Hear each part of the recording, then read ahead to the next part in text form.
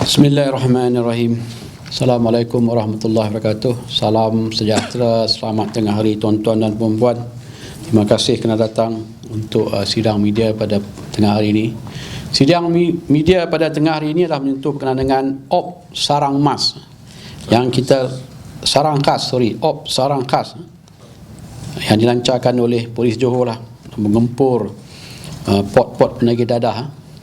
Untuk makluman rakan media, pada 19 Julai bermula pada jam 3 pagi hingga 6 petang, Jabatan Siasatan Jenayah Narkotik IPK Johor telah melancarkan Op Sarang Khas serentak di seluruh kontijen Johor yang melibatkan 13 pot penagihan dadah di 13 buah daerah. Operasi ini melibatkan kekuatan keseluruhan seramai 341 orang, terdiri daripada 32 pegawai dan 289 anggota polis kontijen Johor. Turut terlibat dalam operasi ini adalah pasukan sahabat, iaitu terdiri daripada 20 anggota daripada agensi anti dadah kebangsaan AADK Johor. Pada masa yang sama, pihak polis Johor juga turut menggunakan unit pengesan K9 bagi membantu operasi ini. Dalam operasi khas ini, pihak polis telah berjaya menahan seramai 448 suspek di atas pelbagai kesahan dadah. Kesemua ditahan berusia di antara 18 hingga 60 tahun, membabitkan 31 pengedar, 42 memiliki dadah dan 331 penagih. Pihak polis turut merampas dadah jenis heroin, iaitu seberat 300 gram, syabu seberat 103 gram, ganja 1.2 gram, air ketum 4 liter, pil Eramin 5 sebanyak 6 biji dan yang dianggarkan bernilai RM20,989.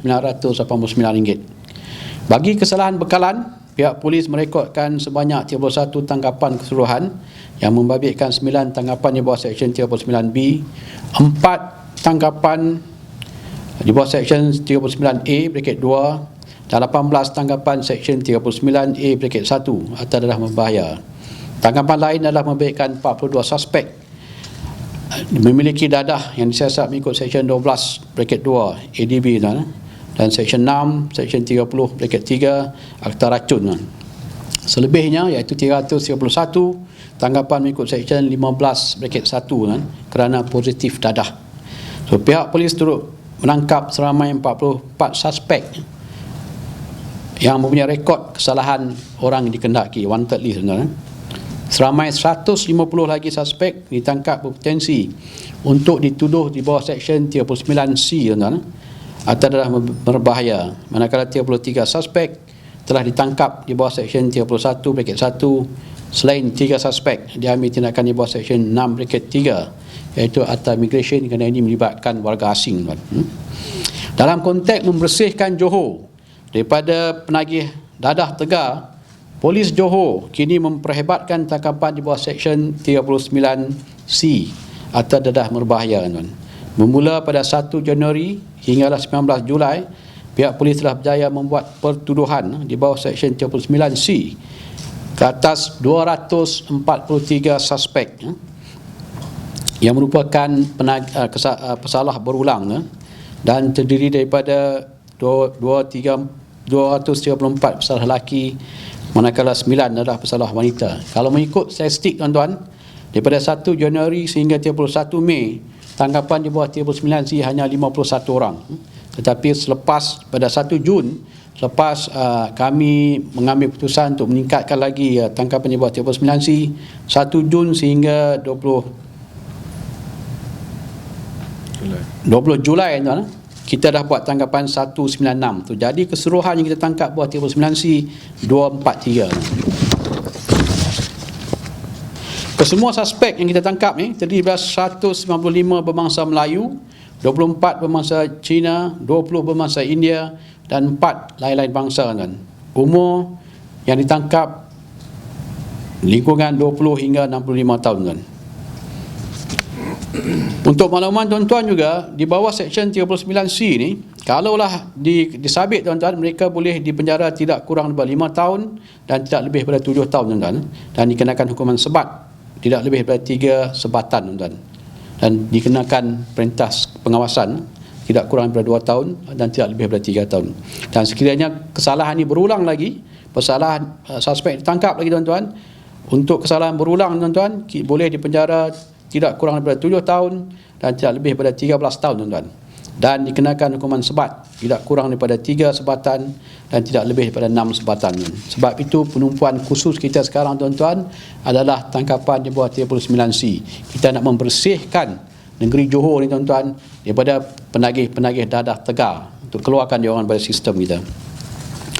Untuk makluman, daripada 1 Januari hingga 19 Julai tuan, Jabatan Siaran Narkotik Johor telah berjaya membuat tangkapan sampai 10,682 tuan, atas berbagai kesalahan, yang mana dadah yang dirampas tuan, berat 990 kg, nilai dadah yang dirampas tuan 21.4 juta tuan RM, dan nilai sitaan adalah 8.6 juta tuan. Dadah tuan-tuan dan puan-puan adalah musuh utama negara dan musuh utama di Johor tuan-tuan. 90% daripada kes-kes jenayah melibatkan penagih-penagih dadah. Sebab tu kita punya fokus sekarang tuan-tuan untuk operasi berterusan, operasi bersepadu untuk memastikan Johor ini clear ataupun dibersihkan daripada penagih-penagih dadah tuan. Dan kita memohon agar masyarakat terus menyalurkan maklumat kepada pihak polis bagi memastikan kita dapat mengambil tindakan berterusan dan tindakan efektif ke atas aktiviti-aktiviti yang ada kaitan dengan penyalahgunaan dadah. Untuk makluman tuan-tuan, op sarang khas ini dilancarkan di seluruh Malaysia. Tapi bagi tangkapan yang paling banyak adalah kontijen Johor tuan, yang saya katakan tadi, iaitu 448. Paling tinggi di antara kontijen-kontijen lain. Begitu juga tangkapan di bawah LLPK, dan insyaAllah mungkin bulan depan tuan-tuan, tangkapan bagi kontijen Johor untuk kesalahan di bawah 39C pun akan melepasi lain-lain kontijen tuan-tuan. So itu komitmen yang kita akan laksanakan, komitmen yang kita akan buktikan bagi mementeras ancaman dadah, penyalahgunaan dadah di Johor tuan-tuan. Ada beberapa persoalan ataupun soalan? Ada lokasi khas yang kita kena pasti yang tadilah, yang port 13 port tu, itu yang kita fokuskan. Sebab port ni memang ada setengah tu mobile port, dia bergerak. Mungkin hari ini kita buat sebuah di kawasan A, esok dia akan pindah ke kawasan B tuan-tuan. Sebab tu operasi ni mestilah operasi berterusan, bukannya setahun sekali, bukannya 3 tahun sekali tuan-tuan. Kita akan pastikan operasi ini dibuat setiap minggu tuan-tuan, untuk memastikan tidak ada usaha baru penagih-penagih dadah untuk mewujudkan port-port baru tuan-tuan. 13 port ni maksudnya di 13 daerah lah. Ya. Datuk, kebanyakan port ni dia berada kat premis ke rumah ataupun kat dalam? Ini kebanyakannya dalam hutan lah. Dalam hutan ataupun dalam rumah-rumah yang terbiar ni. Semua yang ditahan ni adakah kes-kes yang direkodkan sebelum ni? Memang kebanyakan yang ditangkap memang ada kes sebelum ni. Ada setengah tu 4, 5, 6 kali ditangkap pun ada. Sebab tu saya kata kalau kita masih nak tangkap bawah 15-1 tuan-tuan, penagih-penagih dadah ni, walaupun mereka ni salah-salah tegar tuan, tak akan habis. Sebab tu sekarang tuan-tuan, fokus kita kalau dah ada 2-3 kes ditangkap bawah 15-1 ni, kita akan tuduh pula tuan-tuan di bawah 39C. Sebab kalau 39C macam saya katakan tadi, dia akan duduk lama lagi, mungkin 3-5 tahun dalam penjara tuan. Jadi kita boleh bersihkan Johor ni daripada elemen-elemen penagih tegar tuan. Untuk ada libatkan profesional untuk silangan awam tu? Ada tangkapan. Ramai Penganggur banyakkan tu. Kebanyakannya penganggur. Saya rasa ada lah kalangan tu ada. Cuma saya stick yang detail tu saya akan maklumkan dekat tuan-tuan. Kemudian 443 tuan, memang ramai. Tu. Kalau tak ada soalan, okey. Datuk, jangka umur bagi yang paling banyak ditangkap kesalahan dadah ni antara apa? Range berapa? 40 ke atas tu. 40 ke atas.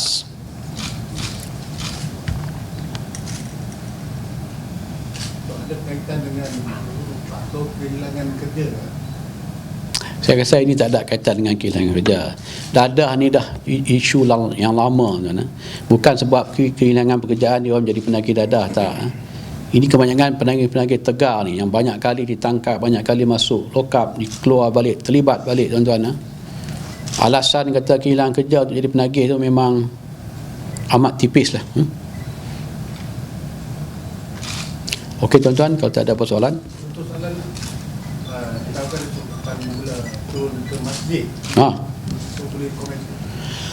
Sebenarnya waktu saya mula-mula datang sebelum PKP pun tuan-tuan, saya dah pun pergi ke masjid. Ini adalah program saya nak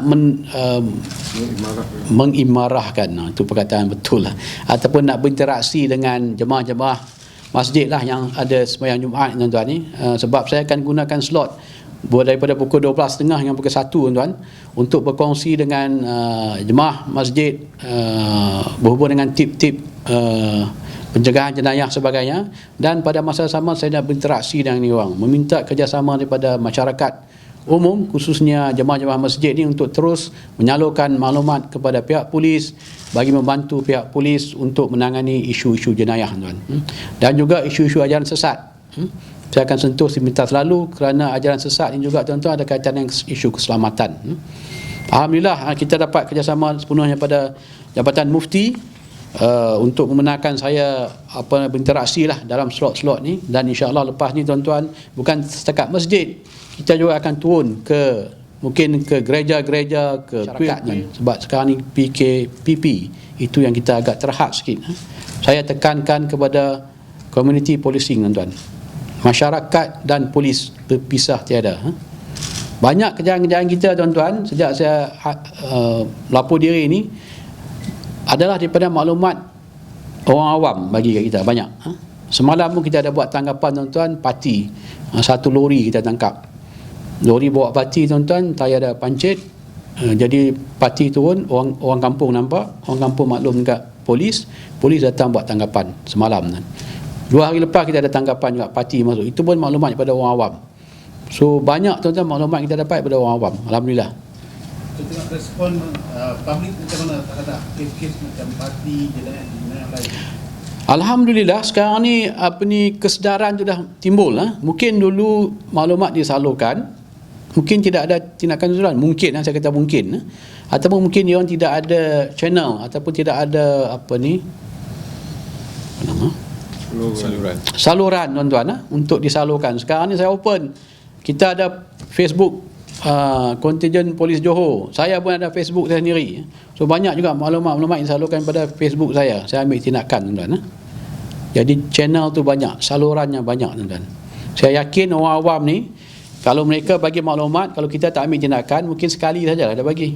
Tapi kalau dibagi maklumat, kita mengambil tindakan dan mereka sedia maklum, saya yakin ini akan menurun mereka lebih banyak memberi maklumat pada pihak polis tuan-tuan. InsyaAllah.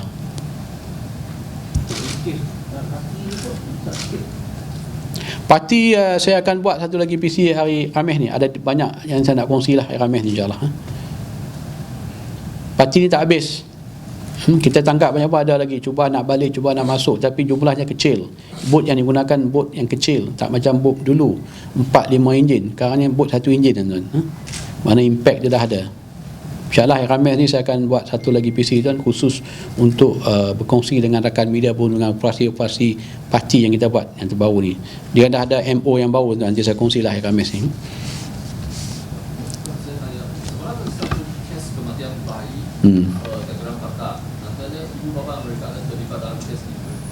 Kita masih lagi menunggu laporan daripada doktor lah, hospital punya ni, laporan bedah siasat postmortem.